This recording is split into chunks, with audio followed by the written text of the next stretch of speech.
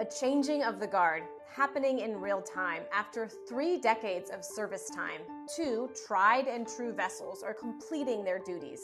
And now, in a fantastic display of aviation innovation and futuristic technology, 2 Boeing jets are on deck to carry the call sign Air Force One, ready to transport the leader of the free world. A year ago, the Qatari government offered a 747-8 to President Trump, and he made a very public comment that it would be only a stupid person would turn down these gifted airplanes.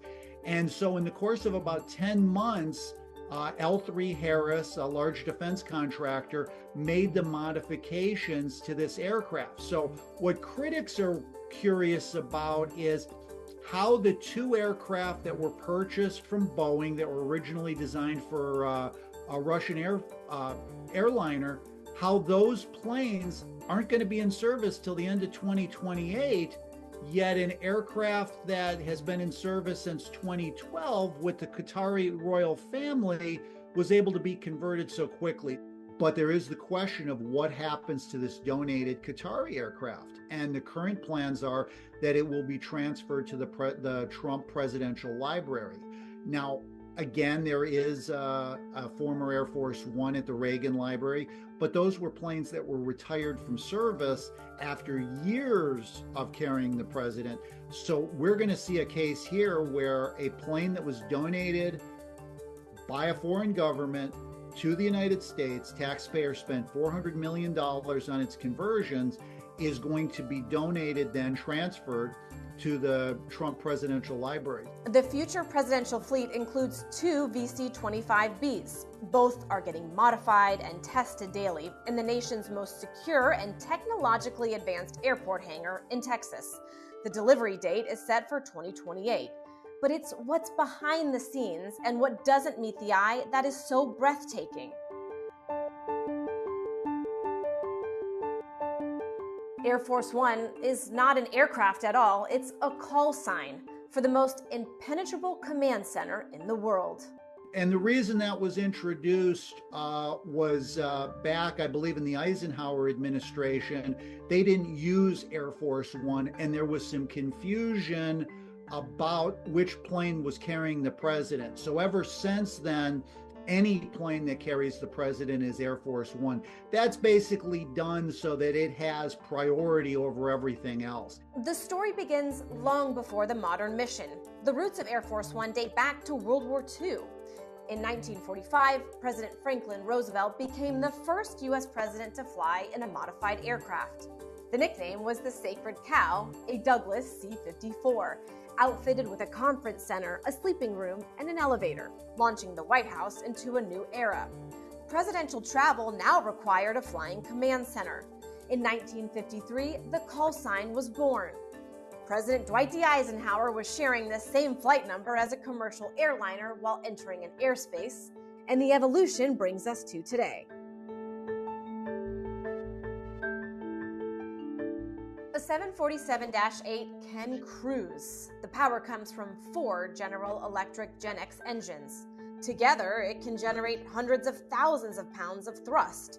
Jet engines are measured, unlike cars and horsepower, by the force that pushes the aircraft forward, meaning the intense thrust can glide the aircraft through the air at up to 650 miles an hour. This is meant to be a flying White House so that the president and who's traveling with him can do their jobs while they're in the sky. But this is literally a flying fortress. Now, it's not armed that we know of, but it is capable of sustaining an electronic warfare attack. And again, there's probably some electronic countermeasures. Look at the new logistics. It is not a small upgrade. The new jets are 18 feet longer at 250 feet. There is at least 20% more floor space, offering a whopping 5,000 square feet for passengers inside, the size of a single-family home. For perspective, you could park about 15 average-sized sedans with that footprint, and the wingspan is more than 220 feet. There's probably more we don't know about it than what we actually do know. anybody that's been on a 747 has been on a plane similar to what the president flies on. Again, what we're seeing is the brand new plane that arrived last week at Andrews Air Force Base, the one gifted from Qatar, that's a 747-8. The two that are being modified are also 747-8s. Those are kind of the last of the line, because the thing that we also have to remember is Boeing has now discontinued 747 production. So last year, the Air Force also purchased 2 retired 747s from Lufthansa, not to carry the president, but those will be cannibalized for parts. Now, in Trump's case, he had really made a big deal about wanting the biggest, the best, the most luxurious. I think in the future, we're going to see the president be carried possibly in a 757 or another smaller aircraft, just because there's not going to be the giant aircraft in service. The secrecy lies between the wings. Conference rooms, secure communications, medical facilities, staff work areas, and a luxury presidential suite. A mobile command center that can function during an unprecedented emergency. From a cyber attack to electromagnetic pulses, which could be a sudden burst of high-energy radiation that creates a massive electrical surge. Think worst-case scenario. Encrypted global communications to function as a secure command hub, even if ground infrastructure is terminated. Satellites, secure radio networks, and a military command channel. The most famous arrival sequence predates the iconic image seen here of President Reagan, but he helped to modernize the scene for television. For decades, Americans have watched the Commander-in-Chief and the First Lady walk down a carefully choreographed sequence. Marine One lands, a salute, a breezy walk, an ascent, and a seamless takeoff. A ritual beaming with power. Every aircraft will be thrust into retirement eventually, but all are celebrated after service. You have these 2 aircraft that, eventually will be phased out. Both are 35 years old and have logged millions of flight miles. But right now they're clearly operational, and, the White House has announced that they will be in the executive fleet rotation. To what degree, to what VIP, we don't know. But when they do retire them for good, after stripping out, all the sensitive equipment, I can tell you where you won't see them, and that's the Mojave Plain Boneyard in California, which I'm sure you've seen pictures of the dozens or hundreds of planes sitting in the desert. Most former high-profile presidential aircraft are parked at the, presidential gallery of the National Museum of the United States Air Force. You have to remember, too, there's a lot of presidential aircraft that would get the call sign Air Force One. That's kind of happened. So there, a lot of those planes are sitting there.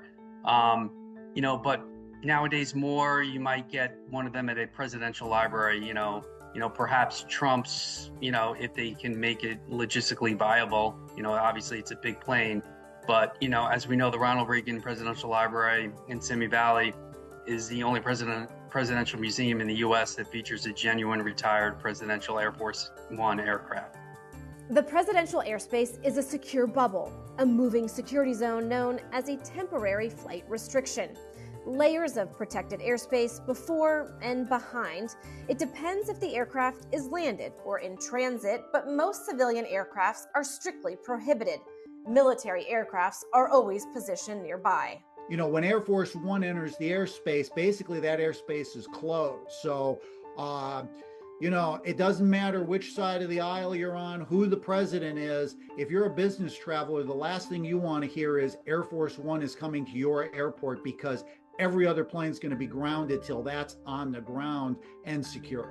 Keeping the fleet mission ready requires a dedicated team. Pilots, engineers, maintenance specialists, communication technicians, and security personnel.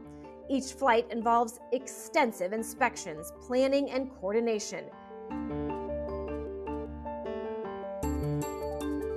Every detail of the plane is intentional, down to the color scheme. The paint job is, or has probably received more press than anything else.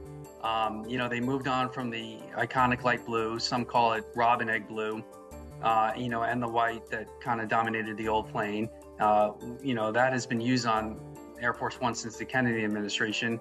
And that color scheme actually was developed by Jackie Kennedy, famously. We had it all painted up, and these are the new colors, red, white, and blue. And we like the baby blue, but it was time for a change. And this is the sleekest line. Everything was designed good. It was my taste, I will say.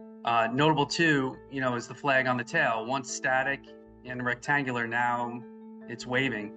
So that's a nice new detail that they put in there. Intentional and versatile, equipped for a domestic trip, responding to a national emergency, or this, a commander-in-chief arriving on Thanksgiving Day to an active war zone. The aircraft may be changing, but the mission is not.